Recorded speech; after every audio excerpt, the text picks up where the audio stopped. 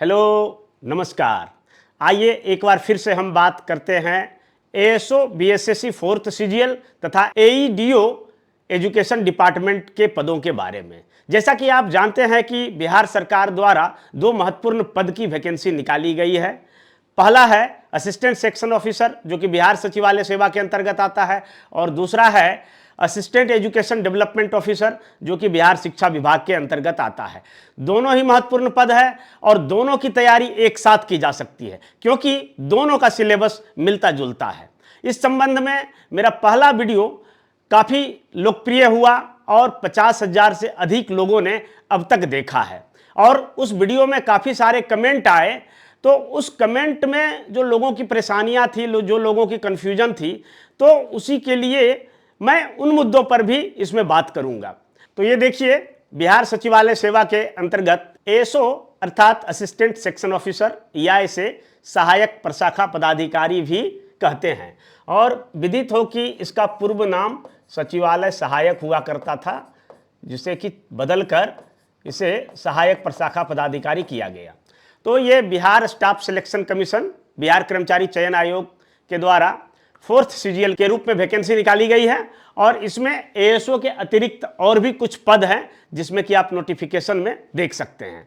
और दूसरा एक महत्वपूर्ण पद है, बिहार शिक्षा विभाग द्वारा निकाला गया है, एईडीओ अर्थात असिस्टेंट एजुकेशन डेवलपमेंट ऑफिसर, सहायक शिक्षा विकास पदाधिकारी, जो बीपीएससी के द्वारा, Bihar public service commission, Bihar लोक सेवा आयोग द्वारा न्यू वैकेंसी निकाली गई है।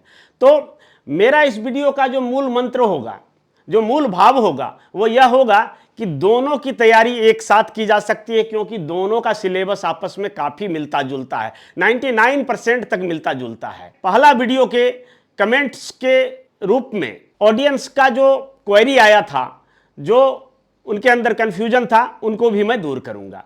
तो सबसे पहला जो अधिकतम लोगों ने क्वेरी किया, वह यह किया कि दोनों में से कौन सा पद बेहतर है। चूंकि पिछला जो वीडियो था मेरा, वो दोनों पदों के बारे में तुलनात्मक था, और तुलनात्मक रूप में हमने देखा था कि ये जो है बिहार सचिवालय सेवा का जो पद है वो लेवल 7 का है, और जबकि एईडीओ का जो पद है वो लेवल 5 का है। और इस तरह से दोनों के बीच जो वेतन हमने देखा था, वो वेतन जो है L5 यानी एईडीओ के वेतन से सचिवालय सेवा यानी एएसओ का वेतन लगभग 1.5 गुना अधिक था। मैंने यह भी बताया था कि इसमें वेतन जो है आपको 45 से 50,000 मिलेगा, जबकि ये लेवल 7 में एएसओ का वेतन आपको 75 से 80,000 मिलेगा। इस कारण से काफ़ी लोगों का ये कमेंट आया था।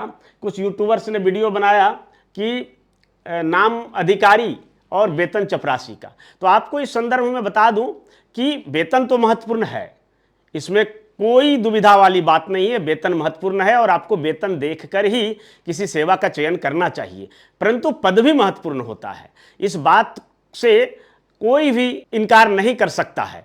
और क्योंकि देखिए, अब कई बार क्या होता है कि निचले लेवल के अधिकारी या निचले लेवल का क्लर्क का भी वेतन अधिकारी से ऊपर होता है। जैसे कि मैं जब अधिकारी बनकर अपने ऑफिस में ज्वाइन करने के लिए पहुंचा था, तो वहां पर एक बड़ा बाबू थे जो कि क्लर्कियल कैडर के थे। तो मेरा वेतन था 60,000 और उनका वेतन था 75,000। इसका मतलब ये नहीं हुआ कि वे हायरार्की में हमसे ऊपर हो गए। दूसरा उदाहरण मैं देता हूं कि जब आईएएस बनकर कोई आता है तो उसकी नियुक्ति किस में होता है, तो आईएएस की नियुक्ति जो होती है वो होती है लेवल 10 में। लेवल 10 जो पे मैट्रिक्स 7th पे कमीशन का पे मैट्रिक्स है, उसका लेवल 10 में नियुक्ति होती है। परंतु आईएएस के अंदर जो बहुत सारे अधिकारी काम करते हैं, जैसे एडीएम है, तो वो लेवल 13 के होते हैं, लेवल 14 के भी होते हैं। तो इसका मतलब ये नहीं हुआ कि एडीएम साहब जो है डीएम साहब का बात नहीं मानेंगे या फिर हायरार्की में डीएम से ऊपर हो जाएंगे। तो वेतन और पद दोनों महत्वपूर्ण है। बहुत बार क्या होता है कि वेतन गौण हो जाता है और पद महत्वपूर्ण हो जाता है, क्योंकि पद की जो गरिमा है उसका भी एक विशेष स्थान है। और न्यूली रिक्रूटेड जो अधिकारी होते हैं, चाहे वो आईएएस हो या पीसीएस अधिकारी हैं, तो अपने ही विभाग में काम करने वाले कई क्लर्कियल स्टाफ और कई जो है सबऑर्डिनेट ऑफिसर से उनका वेतन कम होता है। तो इसका मतलब ये नहीं हुआ कि हायरार्की में जिसका वेतन ज़्यादा है वो ऊंचा हो गया, पद की गरिमा होती है। इसलिए ये शिक्षा विभाग द्वारा जो निकाला गया है सहायक शिक्षा विकास पदाधिकारी, ये कम वेतन होने के बावजूद भी काफ़ी महत्वपूर्ण पद है, और इसमें आपको कार्य करने का अच्छा मौका मिलेगा, बेहतर आयाम मिलेगा, सीखने का मौका मिलेगा और विभिन्न जिलों में, बिहार के विभिन्न क्षेत्रों में काम करने के कारण आपके अंदर जो जीवन का जो अनुभव होगा, जो आपका एक्सपोजर होगा, जो एडवेंचर होगा, उसकी बात जो है अलग ही है। कोई भी सेवा या फिर जो है डेस्क जॉब वाला इसका मुकाबला नहीं कर सकता है। हाँ, असिस्टेंट सेक्शन ऑफिसर का भी पद काफ़ी महत्वपूर्ण है क्योंकि ये डेस्क जॉब है और सोमवार से शुक्रवार सप्ताह में 5 ही दिन काम करना है और 99% संभावना है कि आपकी पोस्टिंग जो है पटना में ही रहे। ठीक है, तो अब चलिए हम बात करते हैं दोनों की तैयारी एक साथ की जा सकती है, कैसे की जा सकती है। कुल मिला के वैकेंसी कितना आया है, तो आप वैकेंसी देखेंगे तो एएसओ का जो वैकेंसी आया है वो 1481 एएसओ, ठीक है, और 935 एईडीओ का। कुल मिला के कितना हो जाता है, तो कुल मिला के हो जाता है 2416।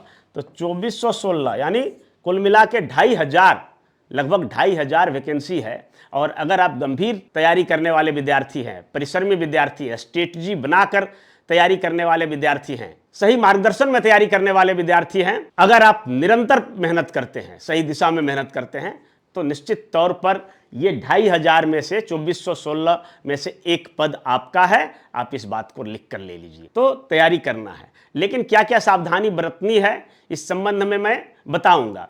चूंकि हमारे परिवार के भी बच्चे हैं जो कि परीक्षा की तैयारी, प्रतियोगिता परीक्षा की तैयारी करते हैं और उनके लिए भी यह वीडियो काफ़ी महत्वपूर्ण है। मैं इसलिए भी वीडियो बनाता हूं और कई लोगों ने कमेंट्स किया कि व्यू पाने के लिए वीडियो बनाते हैं, तो ऐसा नहीं है।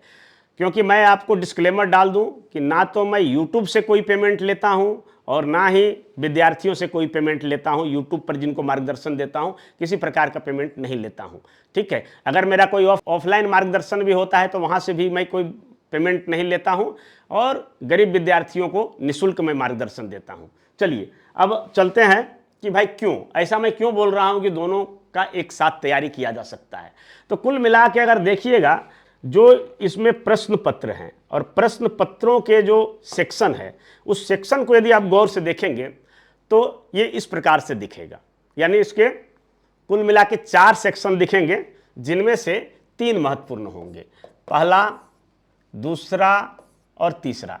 ये क्यों महत्वपूर्ण होंगे? क्योंकि यही तीनों के मेरिट जो है, यही तीनों के नंबर मेरिट में जोड़े जाएंगे और बाकी भाषा का जो पत्र है वो जो है ये होगा क्वालिफाइंग। यानी ये क्वालिफाइंग करना जरूरी है, यानी कितना, तो 30% नंबर लाना जरूरी है और 30% नंबर ले आए फिर इस चीज़ को आगे काउंट नहीं किया जाएगा, इसका नंबर आगे कैरी फॉरवर्ड नहीं करेगा। परंतु यदि 30% नहीं लाए तो फिर इधर आप कितना भी नंबर क्यों ना ले आए, आपका कोई फर्क नहीं पड़ता है, कोई फायदा नहीं होगा, आप यहीं पर डिस्क्वालीफाई हो जाएंगे। तो ये भी महत्वपूर्ण है, परंतु इसका नंबर आगे नहीं जुटेगा। तो मेरिट बनाने के लिए आपको क्या है कि 3 सेक्शन में ध्यान देना है और ये तीनों सेक्शन क्या है, तो सामान्य अध्ययन, अंक गणित और रीजनिंग, ठीक है। नॉर्मली कंपटीशन की तैयारी करने वाले लोग जो है इन्हीं तीनों चीज़ों की तैयारी करते हैं, ठीक है। कुछ ऐसे कंपटीशन है जैसे कि सेंट्रल वाला जो सीजीएल है उसमें इंग्लिश का भी तैयारी करना पड़ता है, लेकिन बिहार के लिए नॉर्मली आप देखिएगा तो यही 3 सेक्शन की तैयारी करना पड़ता है, ठीक है। इनमें से देखिए ये अंक गणित और रीजनिंग, ये दोनों आप चाहें तो 6 मंथ में आपकी कंप्लीट तैयारी हो सकती है, ठीक है। परंतु ये जो सामान्य अध्ययन है ये जीवन भर के लिए है। हम हमेशा कुछ ना कुछ सीखते रहते हैं, उसी को सामान्य ज्ञान कहते हैं। बचपन से लेके अब तक जो सीखते आए हैं वही सामान्य ज्ञान है। बचपन में हम जब बहुत छोटे बच्चे थे तो लैंप को छूने के लिए जाते थे, मम्मी बार बार मना करती थी, लेकिन फिर भी हम छूकर ही मानते थे और वो छूने के बाद जो हमें अनुभव होता था तो वही सामान्य ज्ञान है, ठीक है। तो सामान्य ज्ञान क्या है कि अपने आसपास में घट रही घटनाओं के बारे में आप अवेयर हैं या नहीं, अपने अतीत के बारे में जानते हैं कि नहीं जानते हैं, अपनी जो आपकी जो व्यवस्था है, जो सिस्टम है उसके बारे में जानते हैं नहीं, अपनी आर्थिक प्रणाली के बारे में आपको जानकारी है कि नहीं। और ये बहुत जो है बहुत गहरी जानकारी होने की ज़रूरत नहीं है, यानी एकदम आपको इसमें प्रकांड विद्वान नहीं होना है, बल्कि सुपरफिशियल नॉलेज, जिसको कि एलिमेंट्री आइडिया बोलते हैं, वही होना है और वही सामान्य ज्ञान है। तो ये सामान्य ज्ञान सीखने में समय लगता है और इसकी तैयारी अगर एक गंभीर विद्यार्थी जिसका बेसिक थोड़ा ठीक है तो इसके लिए 1 से लेकर 1.5 साल का समय महत्वपूर्ण होता है। तो निश्चित तौर पर अभी जो आप लोग तैयारी करने में लगे हुए हैं, तो मैं यह मानकर चलता हूं कि आपका बेसिक ठीक होगा। बेसिक ठीक होगा इसका मतलब यह हुआ कि आपने कम से कम 10th तक, माने 10वीं कक्षा तक आप सभी एनसीईआरटी के बुक्स या बिहार बोर्ड के बीटीबीसी का जो बुक होता है उसको अच्छी ढंग से पढ़े होंगे। और अगर गणित की बात करें तो गणित में आप जोड़, घटा, गुना, भाग, दशमलव, भिन्न, वर्गमूल इत्यादि को जानते होंगे। तो ये आपका बेसिक हुआ और इसके बाद हम चलेंगे, और अगर उससे नीचे है तो उसका भी हम उपाय बताएंगे। तो ये 3 सेक्टर है और तीनों की कैसे कैसे तैयारी किया जाए इस संबंध में ही आज हमारा चर्चा का मुख्य फोकस रहेगा। तो सबसे पहले सामान्य अध्ययन के बारे में तो सभी लोग बताते हैं, ठीक है। मैंने भी बहुत बार सामान्य अध्ययन पर वीडियो बनाया है कि जनरल स्टडीज़ की तैयारी कैसे कर सकते हैं। और ये जनरल स्टडीज़ की तैयारी जो बीपीएससी सिविल सर्विसेज की तैयारी कर रहे हैं वो लोग को अलग से तैयारी करने की ज़रूरत नहीं है, आपका जनरल स्टडीज़ की तैयारी उसी में हो जाएगा। यानी आप यदि बीपीएससी की तैयारी कर रहे हैं, यूपीएससी की तैयारी कर रहे हैं और कोई अदर कंपटीशन की तैयारी कर रहे हैं, जैसे दरोगा हो गया या अन्य जो है बिहार सरकार द्वारा कई पद की वैकेंसी निकाली जाती है, तो उसके साथ भी इसकी तैयारी किया जा सकता है। तो चलिए सबसे पहले हम अंक गणित के बारे में जानते हैं कि इसकी तैयारी हम कैसे कर सकते हैं। काफ़ी महत्वपूर्ण वीडियो होने जा रहा है और मैं आपको यह भी बताऊंगा कि अंक गणित की तैयारी के लिए आपको कौन कौन सा बुक चाहिए, क्या स्ट्रेटजी होनी चाहिए। और यदि आप यूट्यूब से सीखना चाहते हैं तो मैं आपको 1-2 यूट्यूबर टीचर के बारे में भी बताऊंगा और उन्हें दिखाऊंगा कि किस तरह से वो पढ़ाते हैं। क्योंकि अंक गणित जो है वो ट्रिकी अप्रोच इसमें काम करेगा। इसमें क्या है, तो सबसे ज़्यादा जो ज़रूरत पड़ेगी वो पड़ेगी स्पीड एंड एक्यूरेसी की। यानी आपको तेज गति से बनाना है, सही बनाना है और चयन करते हुए बनाना है। अगर 40 मैथ पूछा गया तो 40 का 40 नहीं बनाना है, क्योंकि नेगेटिव मार्किंग है। अगर उसमें से 25-30 बनाना है तो कौन बनाना है, चयन करना भी काफ़ी ज़रूरी होता है। क्योंकि मैंने भी सचिवालय सहायक, यानी उसमें सचिवालय सहायक नाम था, सहायक प्रशाखा पदाधिकारी का एग्जाम क्रैक किया था और अच्छा रैंक के साथ क्रैक किया था। 5 साल उसमें हमने अपनी सेवा भी दी, ठीक है। और मैं मैथ का बहुत बड़ा विद्वान नहीं था, सिंपल सा जो RS अग्रवाल का मैथ, वो भी काफ़ी जो आसान वाले सवाल होते थे उनको मैं बनाता था, ठीक है। और मेरा चयन का ही परिणाम था कि मैंने सिलेक्शन ही वैसे सवालों का किया जिसके कारण से मैथ में जितना भी सवाल बनाया लगभग सही हुए और उस कारण से मेरा चयन हुआ। तो प्रश्नों का चयन भी काफ़ी ज़रूरी होता है जहाँ की निगेटिव मार्किंग होता है, ठीक है। तो चलिए आइए हम बात करते हैं अंक गणित। तो अंक गणित का नॉर्मली आप देखिएगा जो आपका सिलेबस दिया गया है नोटिफिकेशन में वही लगभग सिलेबस है। थोड़ा सा हम इसमें अंतर कर देते हैं। अंतर इसलिए कर देते हैं कि कुछ एक दो चैप्टर को मैंने बढ़ा दिया, 1-2 चैप्टर को घटा दिया कि उतना कम भी पढ़ेंगे तो चल जाएगा, और 1-2 चैप्टर को इसलिए बढ़ा दिया कि फर्दर आप 1-2 चैप्टर को, चूंकि ये काफ़ी रोचक चैप्टर है और उसको अगर आप पढ़ लेते हैं तो अदर जो कंपटीशन है इनके साथ साथ उसकी भी तैयारी हो जाएगी, ठीक है। तो नंबर सिस्टम है, दशमलव और भिन्न आपको आना चाहिए, महत्तम लघुत्तम, सरलीकरण, प्रतिशत, लाभ हानि, अनुपात समानुपात, औसत, ब्याज में साधारण ब्याज और चक्रवृद्धि ब्याज दोनों आ जाते हैं, बट्टा यानी डिस्काउंट, समय काम, समय दूरी, रेलगाड़ी, नाव, टंकी और संख्या श्रेणी। नॉर्मली जो आपका सिलेबस होगा ये सिलेबस यहीं से पूछे जाएंगे, ठीक है। तो अब यहाँ 2 स्थिति उत्पन्न होती है कि आपका मैथ का स्टैंडर्ड कैसा है। तो 2 स्टैंडर्ड हो सकता है। एक है कि यदि आप 9th-10th स्तर तक मैथ को पढ़े हैं और वो आपके जेहन में है, यानी वो आप बिल्कुल भूले नहीं हैं, छोटे छोटे सवालों को हल कर लेते हैं और आपके पास जोड़, घटा, गुना, भाग, भिन्न, दशमलव, वर्गमूल, औसत ये सब निकालने का आज भी है अगर जेहन में, और आज भी निकाल लेते हैं तो उसके लिए एक अलग है। और यदि आप नहीं निकाल पाते हैं तो सबसे पहले आपको क्या करना है कि कोई सिंपल सा बुक, 8-9 का जो बुक होता है, RS अग्रवाल का 8-9 का भी बुक होता है, उस बुक को आप बनाना प्रारंभ कीजिए, खुद से बना सकते हैं। और अगर नहीं बन पाता है तो अगल बगल में ही देखिए, आपके कोई सीनियर हैं उनसे रिक्वेस्ट करिए, कोई गुरुजी हैं जो अगल बगल में पढ़ाते हैं। मैं फिर से कहता हूँ, ब्रांडेड टीचर से पढ़ने की कोई ज़रूरत नहीं है, क्योंकि आपका रिजल्ट का अगर कोई दुश्मन है तो जो ब्रांडेड टीचर है वही है। जो कारपोरेट कोचिंग वाले हैं जो एक बैच में 55,000 लोगों को पढ़ाते हैं, वहाँ मत जाइएगा। आपका एक तरह से जो जो भी आपका कॉन्फिडेंस है वो लूज हो जाएगा और आपकी लुटिया डूब जाएगी। ठीक है, आपको वैसा टीचर चाहिए जो आपके ज़रूरत के मुताबिक आपके अगल बगल के लोग ही आपको बता दें। तो ऐसे में आपके भैया हो सकते हैं, बड़ी बहन हो सकती है, गुरुजी हो सकते हैं, सीनियर हो सकते हैं, या अगल बगल के टीचर हो सकते हैं जिनसे आप सीख सकते हैं। ठीक है, तो एक बेसिक बना लीजिए, और बेसिक बनाने के बाद फिर आप क्या कीजिए कि आर एस अग्रवाल का मैथ ले लीजिए। अगर आर एस अग्रवाल के अतिरिक्त भी आप देखना चाहते हैं तो कई मैथ है, हालांकि मैं उन सबको प्रीफर नहीं करूंगा, जैसे महेश मिश्रा है, एस डी यादव है, सगीर अहमद है, इन सब का भी मैथ को आप देख सकते हैं। जहां से आपको समझ में आए उस बुक से बनाना शुरू कीजिए। ठीक है, और उसके बाद आपका एक बेसिक कंप्लीट हो जाता है, यानी आप समझने लगते हैं कि प्रतिशत कैसे निकाला जाता है, लाभ हानि कैसे निकाला जाता है, महत्तम लघुत्तम का क्या कंसेप्ट है। ठीक है, अनुपात समानुपात क्या है, बट्टा, समय, काम, समय, दूरी, ये सब। अब है क्या कि आपको सीखना है ट्रिक, कि ट्रिक में क्या होता है कि यदि कन्वेंशन टाइप से हम किसी भी मैथ को बनाने में अगर हम 5 मिनट समय लेते हैं तो ट्रिक में आपको वो मैथ जो है 5 सेकेंड में बन सकता है। आपको आश्चर्य नहीं होना चाहिए, कहाँ 5 मिनट कहाँ 5 सेकेंड बन जाएगा, और ये ट्रिक का कमाल है। तो ये ट्रिक जानने के लिए आपको वैसे टीचर से संपर्क करना पड़ेगा। और अब तो हाथ कंगन को आरसी क्या, आपके मुट्ठी में दुनिया है।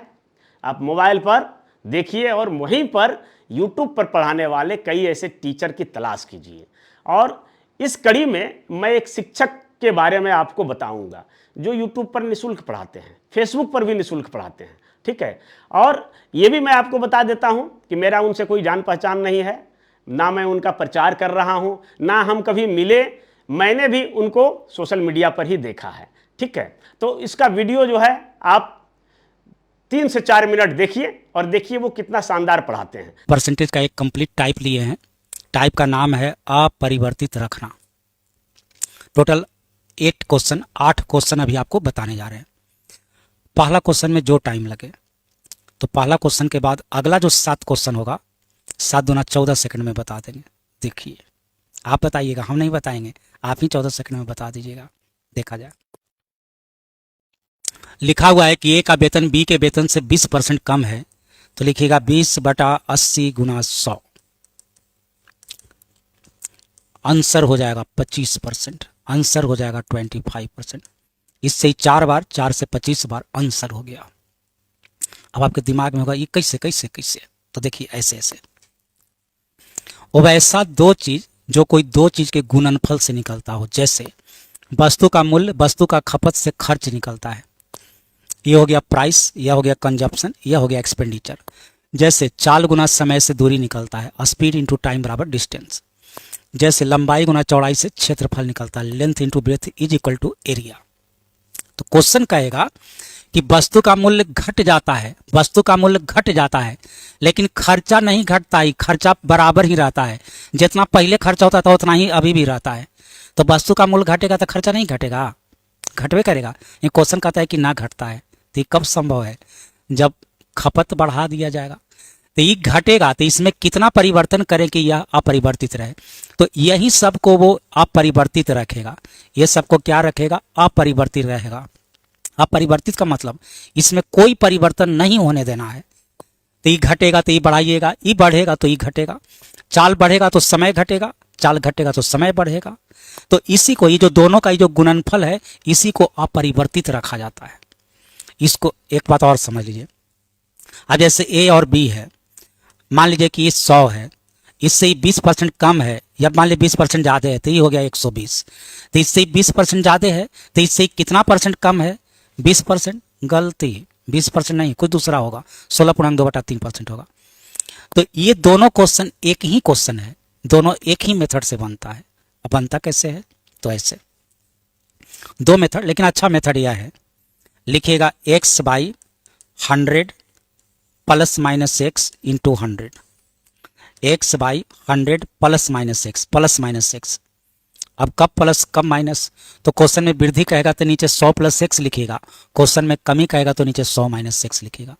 तो आइए क्वेश्चन पे। ए का वेतन बी के वेतन से 20% कम है, यहां देखिए कम बोला है तो नीचे कम करके लिखिएगा, ऊपर में 20, नीचे 100 - 20 80 × 100। आंसर हो गया। अब क्वेश्चन देखते चला जाए।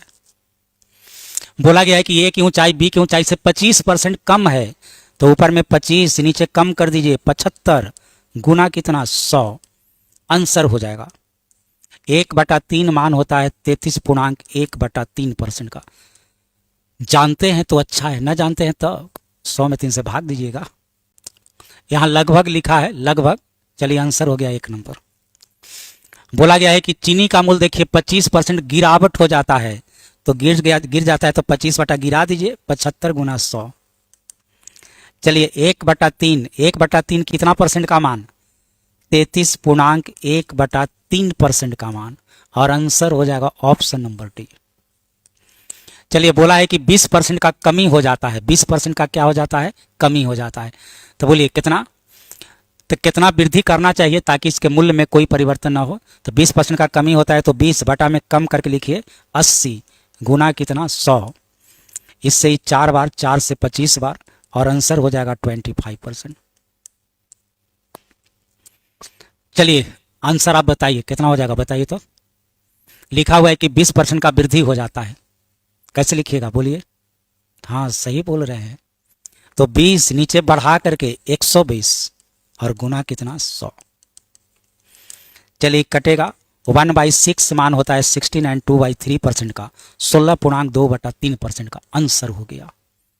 चलिए फिर से बोला गया है कि 20% का वृद्धि हो जाता है, तो कैसे लिखिएगा 20 बटा 120 गुना 100, अभी तो बनाए थे, आंसर आया था 16.2/3%। बोला गया है कि ए की आय बी की आय से 40% कम है, तो वो कितना अधिक है। तो आइए 40% कम है तो कैसे लिखिएगा 40 बटा में बोलिए 140 की 60, कम करके 100 में से 40 घटाइए 60 गुना कितना 100। चलिए कटेगा तो 2/3, 2/3 किसका मान होता है याद है, तो 2/3 होता है 66.2/3% का। याद ना है तब 200 में 3 से भाग दीजिएगा। चलिए 2/3 होता है 66 या 67 भी लिखा जाता है, आंसर हो जाएगा ऑप्शन नंबर बी। 2/3 होता है 0.666666 अप टू इन्फिनेटिव, उसको 67 भी कहा जाता है, आंसर हो गया ऑप्शन नंबर बी।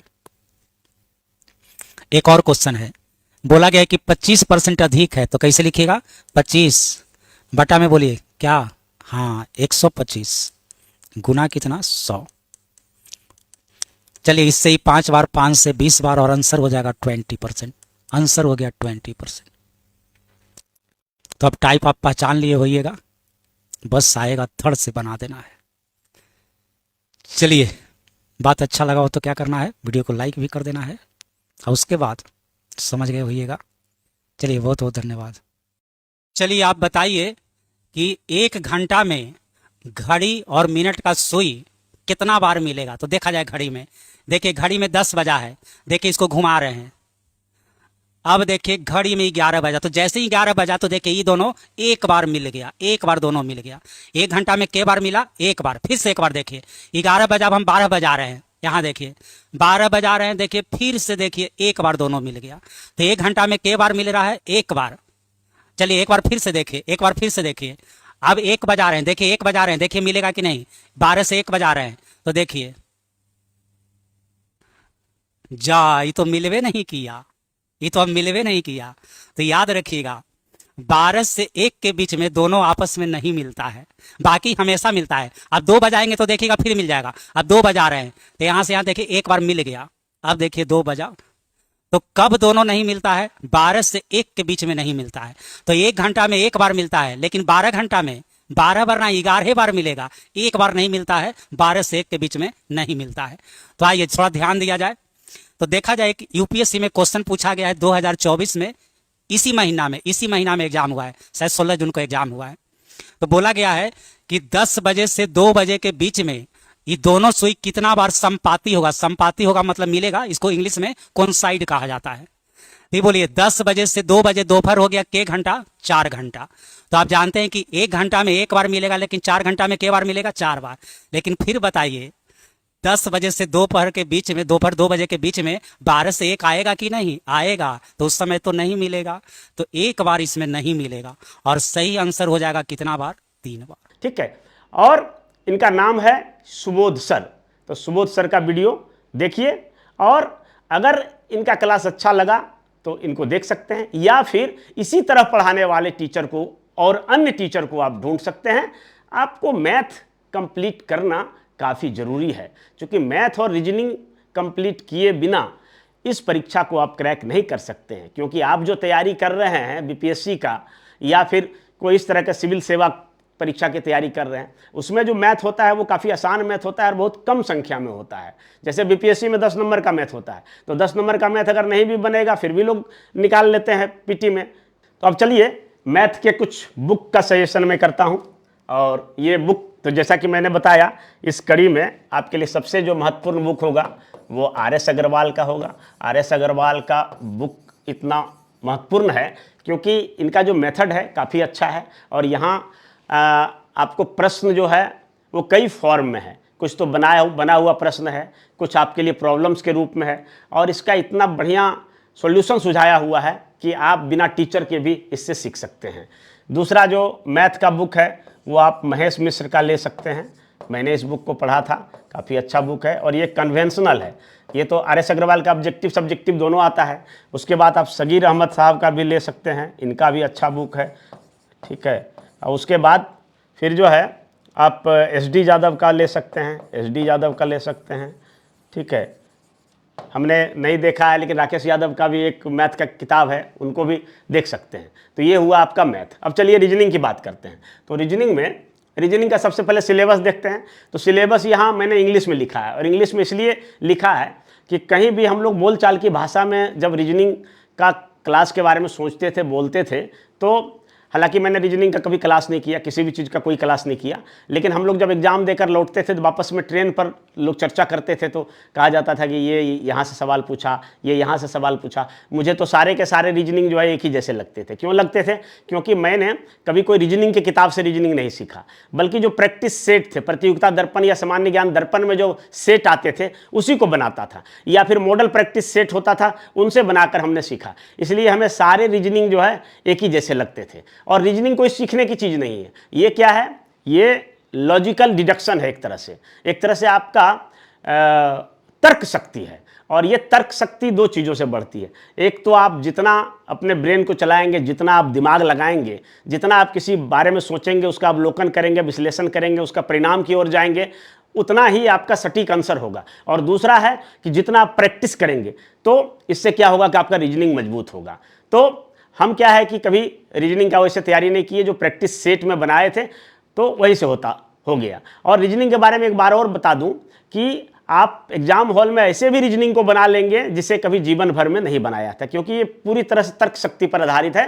तो आप अगर रीजनिंग की तैयारी करके जाते हैं और एग्जाम हॉल में कोई दूसरा प्रकार का रीजनिंग पूछ दिया तो घबराने की कोई ज़रूरत नहीं है, वो भी बन जाएगा आपसे। तो यहाँ सिलेबस देखिए, अगर सामान्य आप बुक देखेंगे तो हम लोग एक बुक उस समय आता था जिसका नाम सुनते थे कि अजय चौहान का एक बुक हुआ करता था रीजनिंग का, तो उसे लोग पढ़ते थे।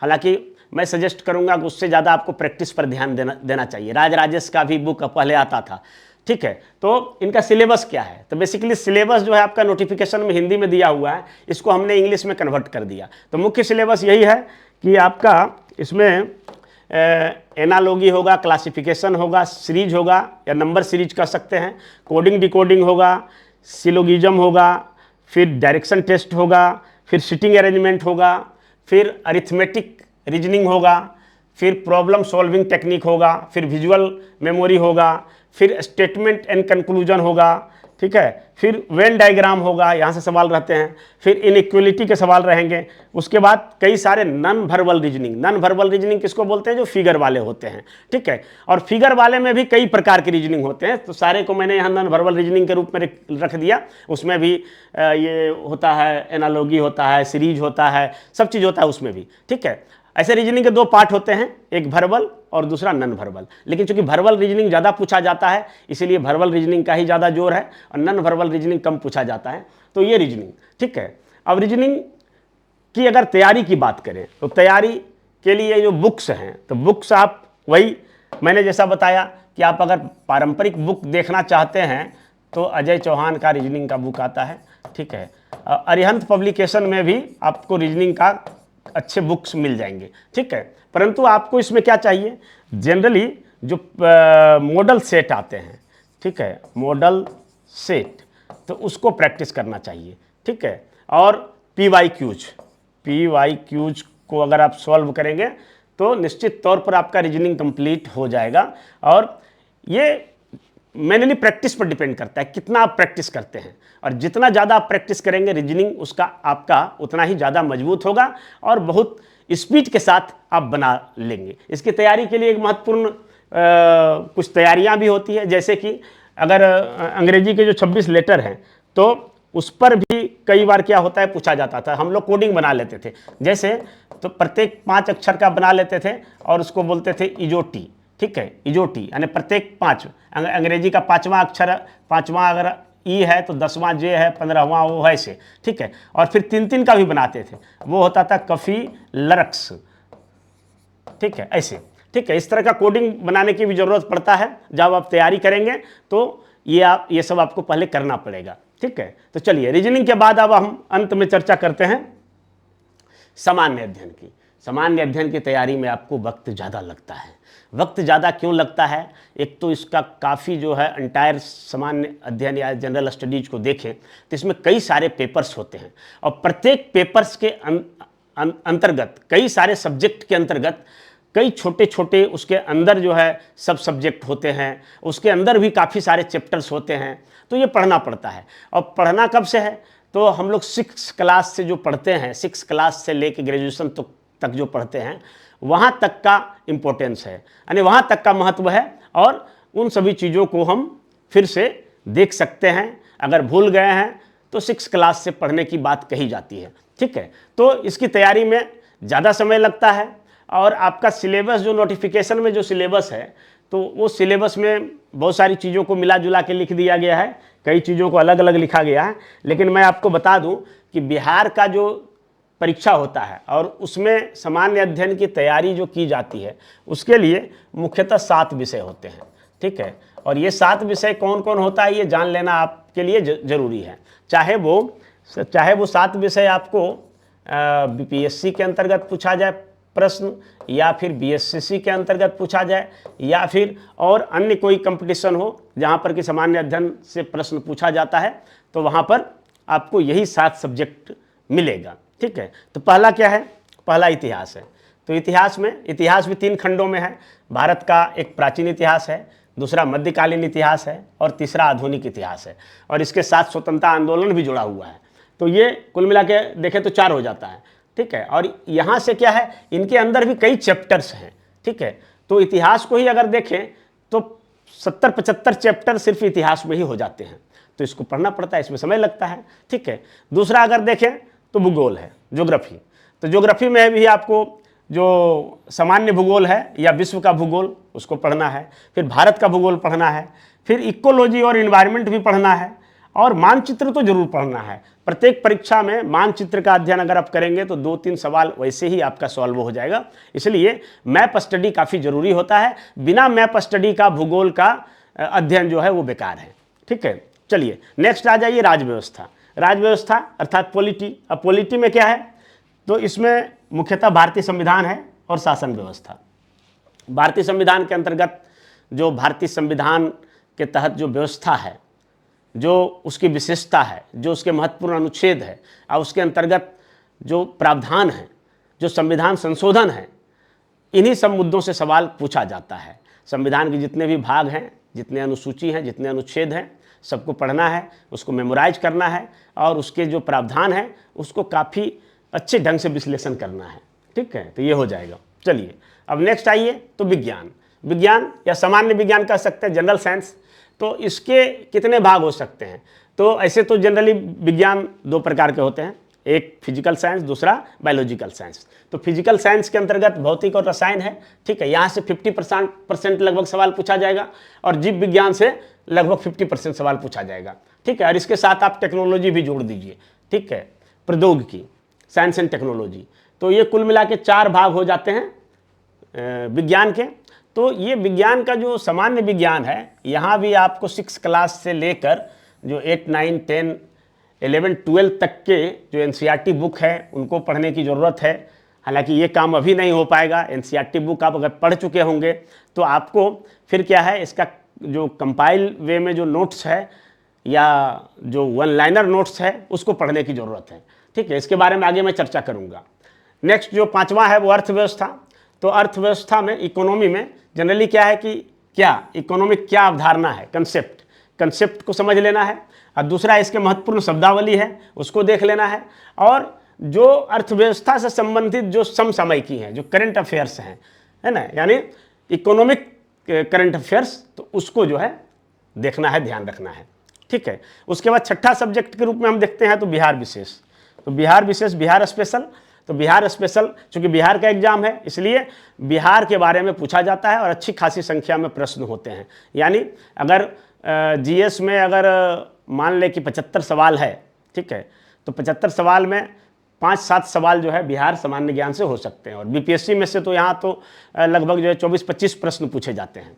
ठीक है, तो इसके अंतर्गत अगर देखिए तो इतिहास, कला, संस्कृति, भूगोल, अन्य आंकड़े में क्या है, तो बिहार के संबंध में जो भी आंकड़े हैं, कितने जिले हैं, कितने प्रमंडल हैं, इनकी जनसंख्या क्या है, ठीक है, और यहाँ की लोक कला, नृत्य, काफ़ी सारे आंकड़े हैं तो उसको देखना पड़ता है। तो इससे संबंधित भी आपको बुक्स से तैयारी करनी पड़ेगी। और अंतिम है समसामयिकी यानी करंट अफेयर्स। करंट अफेयर्स में अंतर्राष्ट्रीय, राष्ट्रीय और बिहार से संबंधित करंट अफेयर्स को पढ़ना पड़ेगा। अब है क्या कि सामान्य अध्ययन की तैयारी कैसे हम कर सकते हैं, इस संबंध में हमारे चैनल पर काफ़ी सारे वीडियो हैं, आप देख सकते हैं कि कैसे हम जीके की तैयारी कर सकते हैं, पढ़ने की क्या रणनीति हो सकती है। परंतु कुछ बुक में सजेस्ट कर देता हूं जिससे कि आपका सहायक प्रशाखा पदाधिकारी और सहायक शिक्षा विकास पदाधिकारी दोनों की तैयारी एक साथ हो जाए। ठीक है, तो सामान्य अध्ययन के अंतर्गत अगर हम बुक्स की बात करें तो बुक्स में लुसेंट सामान्य ज्ञान सबसे पहला जो है बुक है, और पूरा जो है विश्व प्रसिद्ध बुक है। ठीक है, तो इसलिए इसको तो लेना जरूरी है। इस बुक के साथ हमारी एक स्मृति जुड़ी हुई है कि जब मैं तैयारी कर रहा था तो ये बुक निःशुल्क बांटने के लिए आए थे। लुसेंट बुक जो है, जो लुसेंट पब्लिकेशन वाले प्रतिनिधि थे, वो लॉज में जा के बुक बांट रहे थे, तो हमें निःशुल्क बुक देने के लिए आया था और मैंने नहीं लिया था क्योंकि किताब रखने का जगह नहीं था। हम बोले नहीं ठीक है, बगल वाले दे दीजिए, बच्चों को दे दीजिए। ठीक है, लेकिन आज मैं बताता हूँ, मौके की नज़ाकत है कि ये लुसेंट सामान्य ज्ञान की मुझे लगता है कि हमने 500 से अधिक प्रतियां खरीदी होगी। क्यों खरीदी होगी? क्योंकि मैं अब स्टूडेंट को गिफ्ट में देने लगा, खरीद कर अपने घर के बच्चों को, अपने परिवार के बच्चों को, अपने गांव के बच्चों को जब मैं भी गिफ्ट देता हूं तो लुसेंट सामान्य ज्ञान का बुक गिफ्ट में देता हूं। कभी कभी जो है बिहार ये जो मानचित्र होता है, एटलस होता है, ऑक्सफोर्ड एटलस, उसे मैं गिफ्ट में देता हूं ताकि बच्चों की सामान्य ज्ञान बढ़ सके, वृद्धि हो सके। ठीक है, तो ये लुसेंट सामान्य ज्ञान एक ऐसा बुक है, बिल्कुल जो है लीजेंड है ना, इसका कोई मुकाबला नहीं, तो वो ले सकते हैं। चूंकि देखिए सहायक प्रशाखा पदाधिकारी यानी जो 4th सीजीएल का जो आया है उसका सिलेबस कुछ इस प्रकार से है कि 50 नंबर का जीके, ठीक है, 50 प्रश्न जीके का, और 25 प्रश्न जो है वो साइंस से, ठीक है, और 25 प्रश्न मैथ, इस प्रकार से दिया हुआ है, और 50 प्रश्न रीजनिंग, ऐसे करके ब्रेकिंग दिया हुआ है। तो ये 25 प्रश्न जो साइंस से है, तो यहाँ बिल्कुल तय है कि 25 प्रश्न जो है वो साइंस से रहेंगे ही रहेंगे। साथ ही यहाँ जो 50 प्रश्न, यहाँ भी 1-2 प्रश्न साइंस के रह सकते हैं, तो साइंस यहाँ ज़्यादा है। तो इसके लिए क्या करना है, इसके लिए आपको लुसेंट सामान्य विज्ञान लेना है। ये एक जनरलाइज किताब के बारे में बोल रहा हूँ जो हर विद्यार्थी के पास होना ही चाहिए, और इसके साथ जो है हम प्लस सभी विषयों के लिए एक सेट अलग किताब का भी अनुशंसा करेंगे। ठीक है, कि ये तो आप पढ़ ही लीजिए, सामान्य ज्ञान है, लेकिन क्या है कि इतना से नहीं होना है, इसके लिए आपको थोड़ा सा गहराई में जाना पड़ेगा। और गहराई में जाने के लिए जिस सामान्य अध्ययन की मैंने बात किया कि 5 भाग में मैंने बताया, 7 भाग में, तो उसके लिए एक सेट अलग किताब भी लेना है। ठीक है, उसको पढ़ना है। तो यहाँ पर देखिए, तो साइंस के लिए लुसेंट सामान्य ज्ञान, सामान्य विज्ञान, ठीक है, लुसेंट जनरल साइंस को आप देख सकते हैं। यदि आपको ऑब्जेक्टिव परीक्षाओं पर थोड़ा सा पकड़ कम है तो इनका ऑब्जेक्टिव बुक भी आता है, उसको भी देखा जा सकता है, लिया जा सकता है। वैसे ऑब्जेक्टिव बुक के बारे में आजकल घटना चक्र का बहुत चलन है, तो घटना चक्र को आप देख सकते हैं। ठीक है, और उसके बाद तीसरा बुक मैं जो सजेस्ट करूंगा वो क्राउन सामान्य ज्ञान, क्राउन बिहार सामान्य ज्ञान। तो ये क्राउन पब्लिकेशन का है जो झारखंड से प्रकाशित होती है, तो बिहार सामान्य ज्ञान के बारे में अच्छा कलेक्शन वो दिया है। ठीक है, चौथा जो मैगजीन मैं कहूँगा वो मैगजीन के बारे में कहूँगा, मंथली मैगजीन। अब मंथली मैगजीन में आप कौन कौन सा मैगजीन ले सकते हैं, तो इसको थोड़ा सा गौर फरमा लिया जाए। तो एक तो प्रतियोगिता दर्पण है, इसको तो लीजिए ही लीजिए, प्रतियोगिता दर्पण। मैं बचपन से प्रतियोगिता दर्पण का पाठक रहा हूँ और मुझे यह कहने में गर्व है कि आज जो मैं कुछ हूँ उसमें प्रतियोगिता दर्पण का बहुत बड़ा योगदान है। उसके बाद प्रतियोगिता दर्पण समूह का ही सामान्य ज्ञान दर्पण है, इसको आप ले सकते हैं, सामान्य ज्ञान दर्पण, ठीक है। उसके बाद मंथन पब्लिकेशन का ले सकते हैं, मंथन। और उसके बाद आपका घटना चक्र का भी ठीक है, घटना चक्र का भी आप ले सकते हैं। तो ये मंथली मैगजीन आप लीजिए, या फिर इससे संबंधित ईयर बुक लीजिए, ईयर बुक।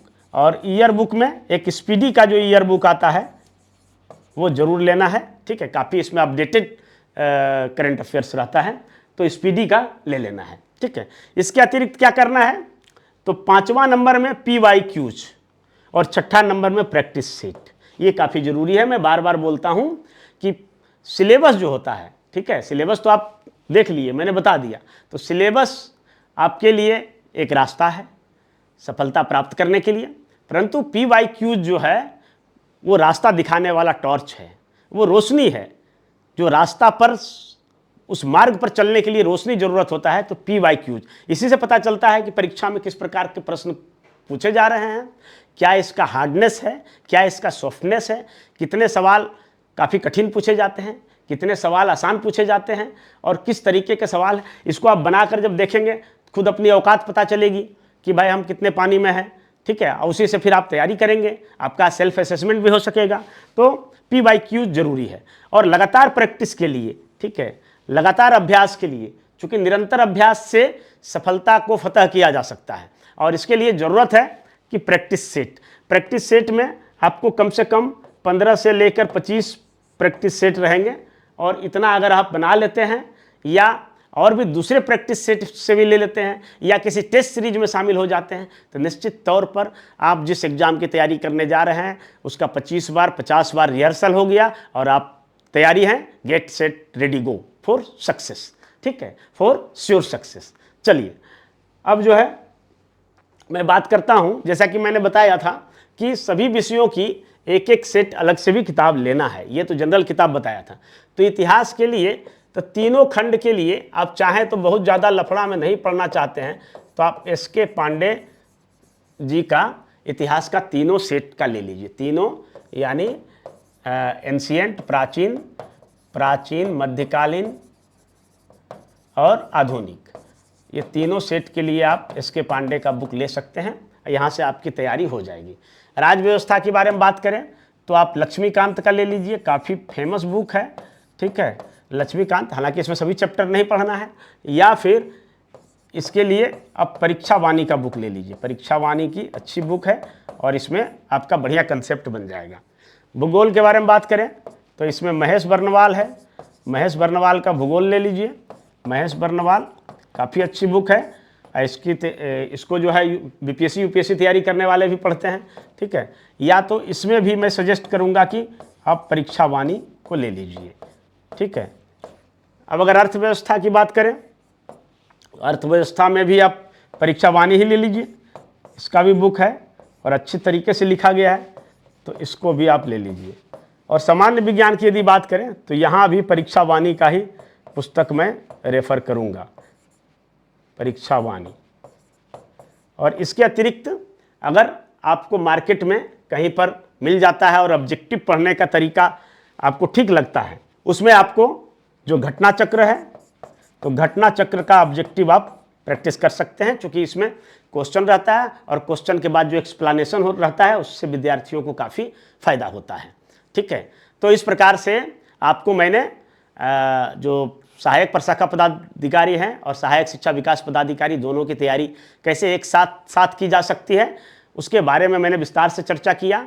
आशा है अच्छा लगा होगा, और अगर अच्छा लगा होगा तो इस वीडियो को लाइक कीजिए, अपने मित्रों को शेयर कीजिए। आपको क्या समस्या है या वीडियो आपको कैसा लगा उस संबंध में कमेंट कीजिए। चलिए अब मैं इस क्लास वीडियो का समापन एक स्लोगन के साथ करना चाहूँगा, और वो स्लोगन है, सफलता के सही मायने दूसरों से नहीं बल्कि अपने अतीत से बेहतर होना है। यानी कहने का मतलब है कि आपकी सफलता का सही अर्थ यह है कि आप पिछले दिनों में क्या थे और आज आप कितनी ऊंचाई पर पहुंचे, ना कि आप दूसरों से अपने को तुलना करें। तो अपने आप को लगातार बेहतर बनाते रहिए, अपने व्यक्तित्व को निखारते रहिए और अपने आप को अपडेट करते रहिए, और इसी में आपकी सफलता निहित है। चलिए, तो आपके सफलता के सफ़र में हम सफ़र बनकर सदैव साथ रहेंगे। धन्यवाद। जय हिंद।